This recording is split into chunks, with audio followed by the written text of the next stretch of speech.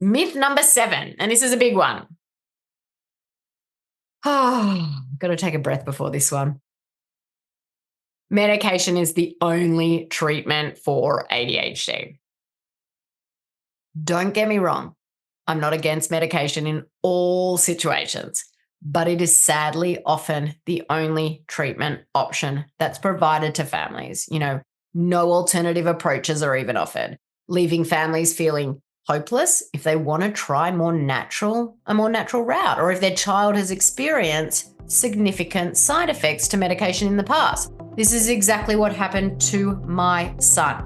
Welcome to the Soaring Child podcast, where parents of children with ADHD learn tips and tricks to help their child soar at home, at school, and in life.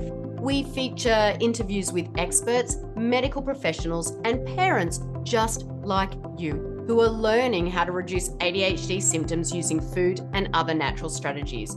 Because children with ADHD deserve to soar just like every other child. I'm Dana Kay, your host. Hello, parents. This is Dana Kay here with another edition of the Soaring Child podcast. Did you know October is ADHD Awareness Month? And I absolutely love that there is an entire month dedicated to ADHD awareness because, as someone who's knee deep in the world of ADHD, I often encounter some pretty persistent myths and misinformation around ADHD. And I also talk with parents on a regular basis and hear about things that uninformed people say to them about their child's ADHD. And I've definitely been in that situation. So today, in light of ADHD Awareness Month, we're diving into a topic that really hits close to home for many families.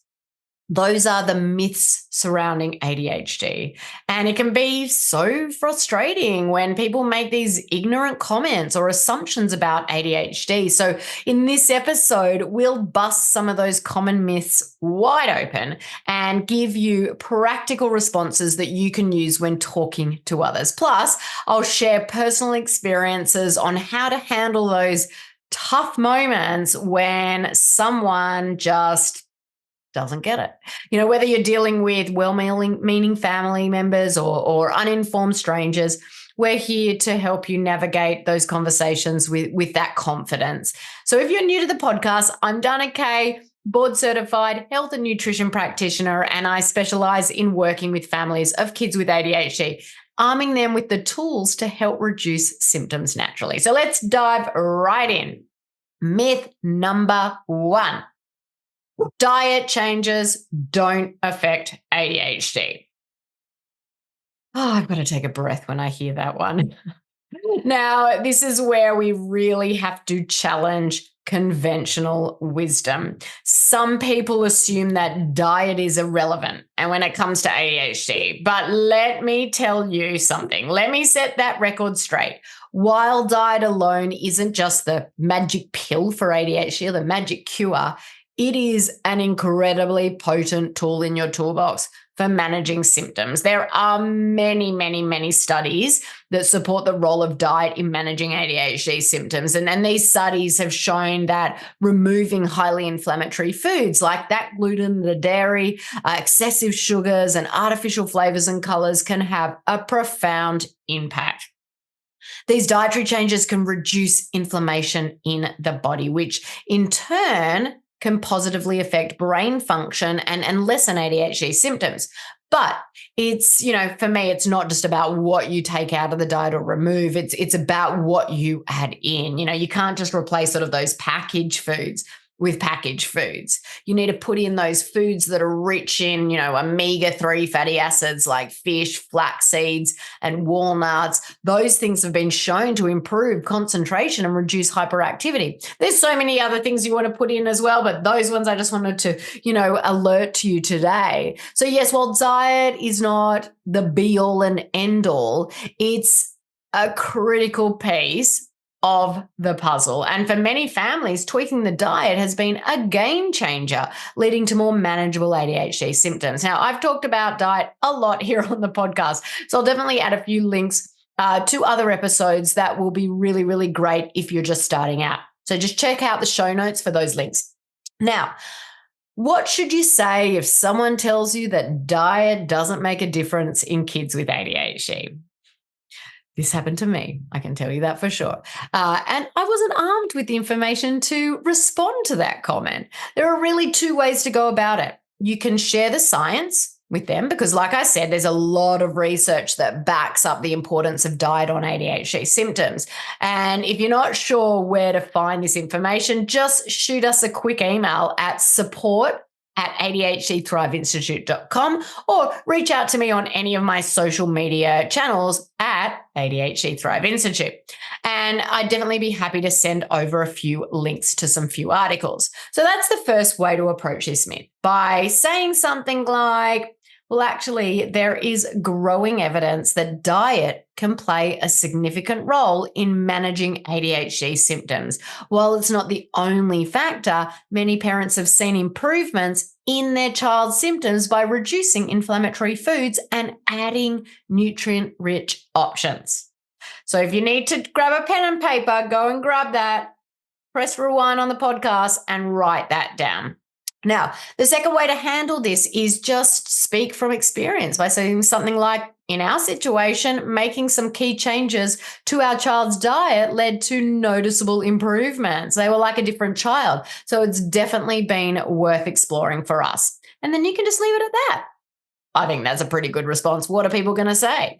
So moving on to myth number 2, exercise is just a distraction. People often think of exercise as a distraction for kids with ADHD, but the reality is exercise is not just a way to blow off steam or to reduce hyperactivity. It's a great way to help manage ADHD symptoms naturally. Science backs this up as well.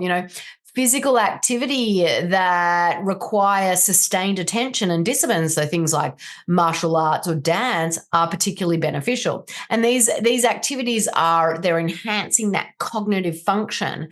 Numerous studies show that engaging in regular, structured physical exercise can lead to significant improvements in attention span, impulse control, and emotional regulation. And I want to explain why.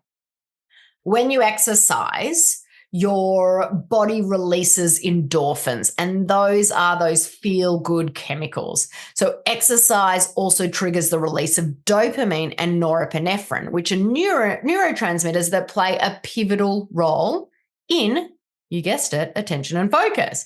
Yes, these are the areas that most of our kids with ADHD struggle with. So exercise is also a natural stress reducer. So to say exercise is just a distraction, for me is to sort of like overlook a multitude of benefits that go far beyond merely passing the time or tiring out your child. So what should you say in response to that myth? You could say, look, physical activity helps boost dopamine, norepinephrine, and serotonin levels in the brain, which are the same neurotransmitters that targeted by ADHD medication. So it's actually a really great way to support their brain health naturally. You might want to add also, in fact, some kids with ADHD find that regular exercise make it easier for them to concentrate and stay on task throughout the day. Pretty good answers to those. I can't wait to hear what you guys do with these answers and what the responses are. So I'm going to move on to myth number 3.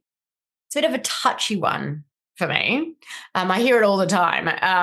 Not me personally, but I hear families tell me about it all the time. Okay.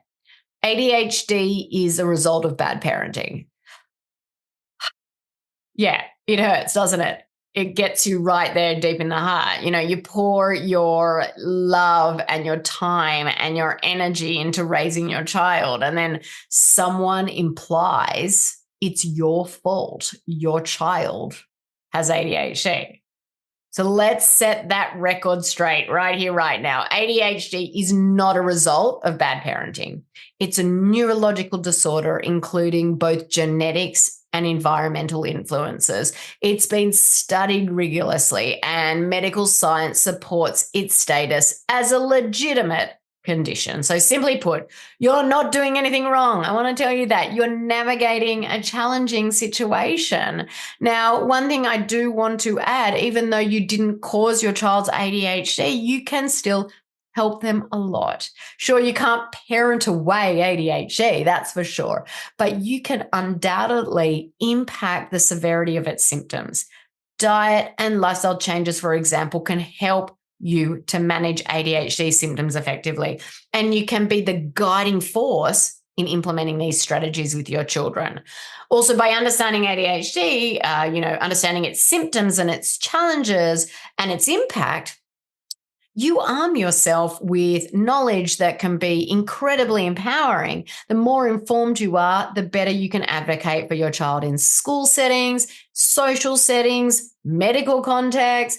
So informed parenting is empowered parenting. I love that saying. Informed parenting is empowered parenting. So just because ADHD is not your fault doesn't mean that you can't be part of the solution. Your love, your understanding, your proactive approach can make a world of difference in your child's life. So when someone suggests that ADHD is a result of bad parenting, you can respond by saying this: maybe I should keep my mouth shut. No, I'm just joking. You can say, look, this is a common myth, but it's simply not true. ADHD is a neurological condition, not a reflection of parenting skills. It's caused by differences in brain structure and function, and it's often influenced by genetics. Good parenting can certainly help manage symptoms, but it does not cause ADHD. Just like you wouldn't blame a parent for their child having an asthma attack, would you? Or diabetes, ADHD isn't something that you can be blamed on parenting. Parents of kids with ADHD are often some of the most dedicated and hardworking people I know. I think that one will just make them not know what to say. Now, let's move on to the fourth myth.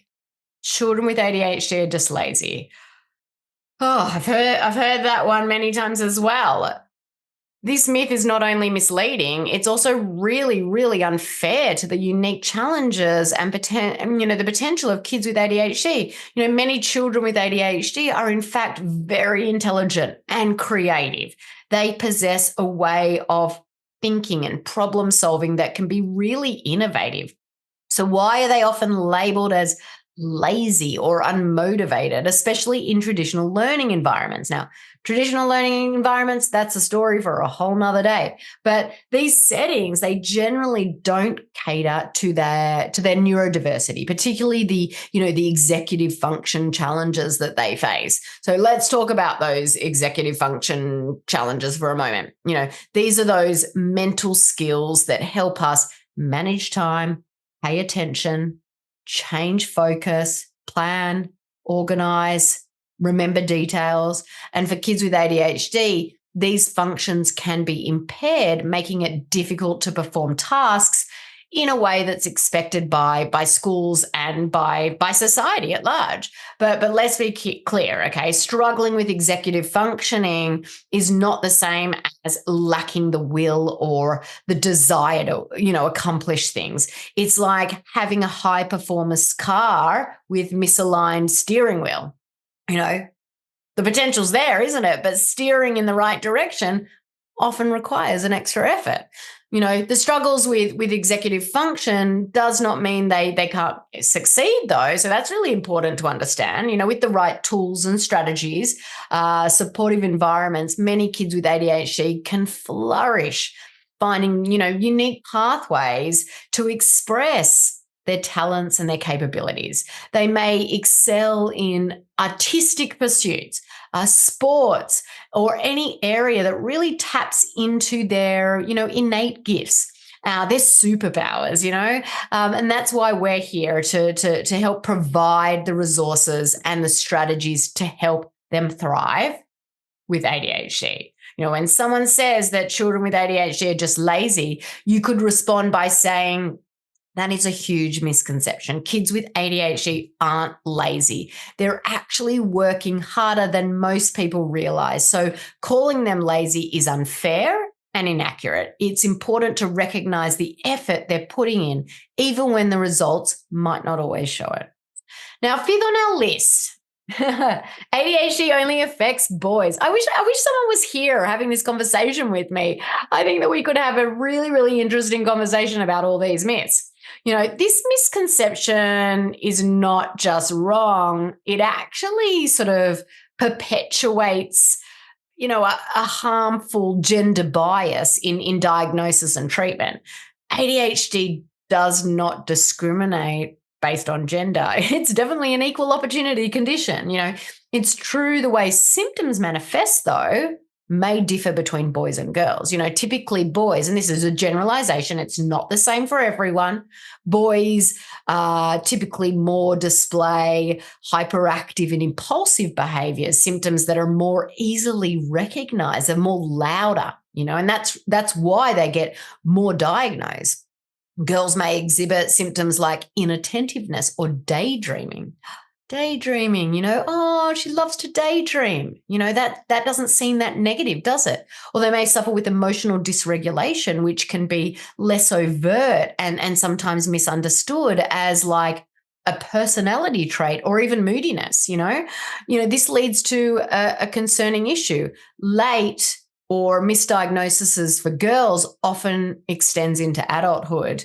But why does this matter? Because ADHD in girls often goes unrecognized. They actually miss out on crucial early interventions that could provide them with the coping skills and the strategies needed to navigate life more effectively, and the tools to reduce those symptoms, or the tools that can help manage the symptoms or bolster their self-esteem and generally improve their quality of life.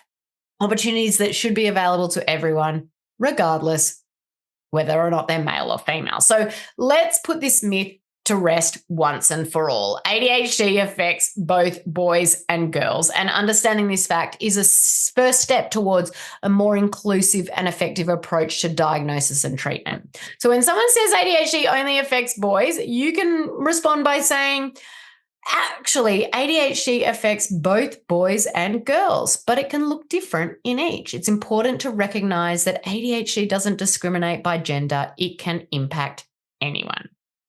Okay, myth number 6. ADHD will be outgrown. Now, this view does a disservice to both children and adults living with ADHD, as well as their families who are seeking long-term solutions. I want to say I was doing a live on Instagram, and someone told me in the comments that they went to their doctor as an adult, and the doctor said, there is no such thing as adult ADHD. I was floored that a medical professional actually said that to their patient. It's true that the outward expression of ADHD symptoms, may change over time. So, for example, hyperactivity in children might transform into restlessness or the inability to relax in adults. But the underlying factors that contribute to ADHD remain present. The truth is the majority of people diagnosed with ADHD in childhood will continue to experience sort of varying degrees of symptoms into adolescence and into adulthood. And when ADHD is presumed to be a childhood disorder, adults who continue to struggle with symptoms may face, stigmatism or misunderstandings. They might be labeled as irresponsible or erratic, when in reality they are just contending with a neurological condition that has persisted since childhood. So when someone says that ADHD will be outgrown, you can respond by saying, ADHD isn't something you simply outgrow. While some symptoms may change or become more manageable with age, ADHD is a lifelong condition.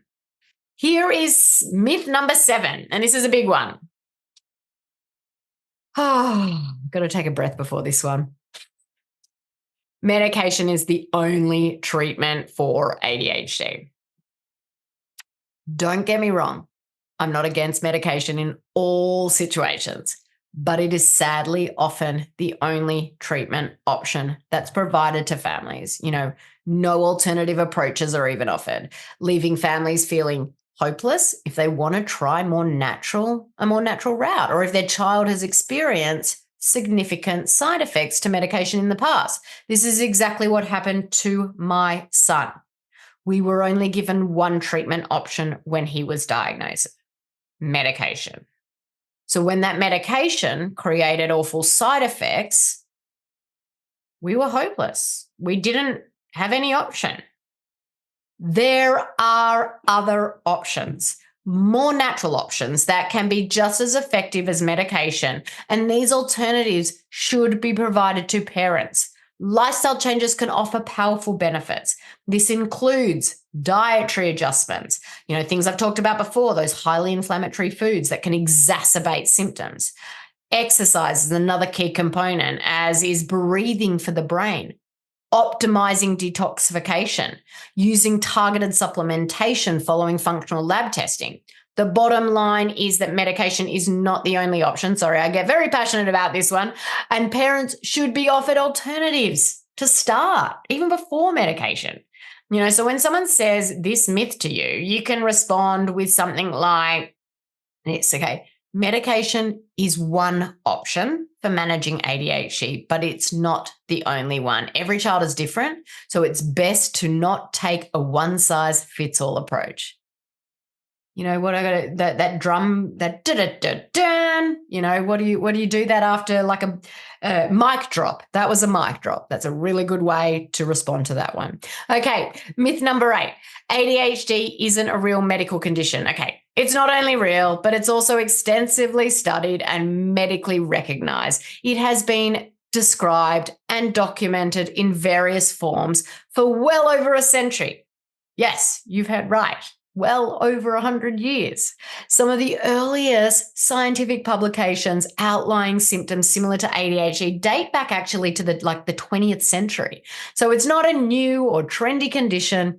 It's a well-established area of medical research.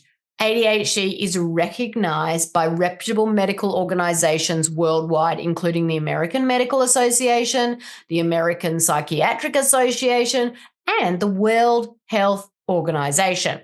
These organizations provide diagnostic criteria that health professionals use to identify and treat this condition. So based on symptoms like inattention, impulsivity, hyperactivity, there's even modern imaging technologies like MRI scans that have actually observed differences in brain structure and activity between individuals with and without ADHD. So let's put that myth to rest. ADHD is a real medical condition. It's supported by a wealth of scientific data. You can respond to this one by saying something like, ADHD is absolutely a real medical condition. It's recognized by major health organizations like the American Medical Association and the World Health Organization. Just because it doesn't show up on a blood test doesn't make it any less legitimate or impactful on someone's life. Myth number 9. People with ADHD can't focus on anything. And that's a really interesting one. And it could be further from the truth, okay? Because, when you understand this myth, there can be some misdiagnosis, because people were like, oh, my kid, he focuses on, playing Legos all the time. It may be challenging for those with ADHD to maintain attention on tasks they find boring. But when it comes to topics or activity that, they have this huge interest in, the level of focus can be quite remarkable. It's often referred as hyperfocus, okay? Hyperfocus is this unique facet of ADHD. It's kind of like this intense concentration that can be so deep, it's as if the world around them fades away. It's not the same as being easily distracted. It's actually the opposite. It's important to note that while hyperfocus can be a beneficial aspect in some situations like problem solving or creative endeavors, it can also have downsides. The intense focus can sometimes lead to neglecting other important tasks or responsibilities or even relationships. So people with ADHD are certainly capable of focusing. It's just that the way they focus can differ from the general population, and it often occurs in sort of this more polarized manner, either struggling to focus or intensely concentrating depending on the task at hand. So you can respond to this one by saying something like, it's not that people with ADHD can't focus at all. It's more about inconsistent focus. They might struggle with tasks that don't really interest them, but can actually hyper-focus on things they find engaging. And finally, myth 10, ADHD is only a problem in the classroom. The impact of ADHD, stretches far beyond school. It affects social interactions. If you've got a kid with ADHD, you know that it affects the home life. And even when they grow up, long-term career prospects. While it's true that symptoms of ADHD can significantly impact academic performance at school, ADHD is, far reaching, and it extends well beyond the school environment. It affects social interactions. Children with ADHD and adults with ADHD may experience challenges with social cues, impulse control, emotional regulation, and this can result in, strained friendships or misunderstandings and difficulty in group activities, both inside and outside school. Then there's the home life. Imagine trying to manage, and this is for an adult, imagine trying to manage chores and organize, belongings or even just sustain focus on family activities when you're struggling with ADHD. It can feel and make home life feel disorganized and stressful, not just for the person with ADHD, but also for the family members who are trying to adapt and support them. ADHD can have long-term implications on career prospects as well. Those executive function challenges that I talked about earlier that are associated with ADHD, like that difficulty managing time, organization, sustained attention, all of these things can create obstacles in various professions. Even if the individual is talented or highly skilled, the executive function challenges can sometimes overshadow these talents in a work environment. These work environments, they usually value things like punctuality and consistent productivity, okay? So let's not forget the emotional toll that ADHD can take. Anxiety, low self-esteem, frustration, all of these things are often linked to ADHD and can affect a person's well-being in every aspect of their life, from their family relationship to their friendships, to their job performance, to their internal mental health. Even everyday tasks that we may take for granted can be really hard because of ADHD. Shopping, paying bills, or even, just maintaining a consistent routine. For someone with ADHD, these tasks can require a huge amount of energy and mental focus. So when someone voices this myth to you, you could respond with, actually, ADHD is a condition that affects all aspects of life, not just academics. So, okay, guys, there you have it. 10 of the top myths about ADHD and how to respond to someone who shares one of these myths with you. There are, of course, other myths that I didn't mention in this episode, but these are 10 of the ones we hear the most often at the ADHD Thrive Institute. Thank you for joining us in this episode of the Soaring Child podcast. I hope that this conversation has given you something to think about. It's given you the tools and also the confidence to really challenge misinformation and advocate for your child with that compassion and that clarity. Now, remember, understanding the realities of ADHD is a key to supporting our kids in the best way possible. If you found this episode helpful, please share it with others who might benefit. Share it with family, share it with friends who may have, said some of these myths. And don't forget to subscribe to the podcast so you never miss an episode. Listeners, thank you once again for tuning into this week's episode of The Soaring Child. I'm Darwin Kay, your ADHD health practitioner. Keep on thriving. Thank you for listening to the Soaring Child podcast today. To learn more about how to help your child with ADHD soar using natural strategies, visit our website at adhdthriveinstitute.com and follow us on social media at ADHD Thrive Institute.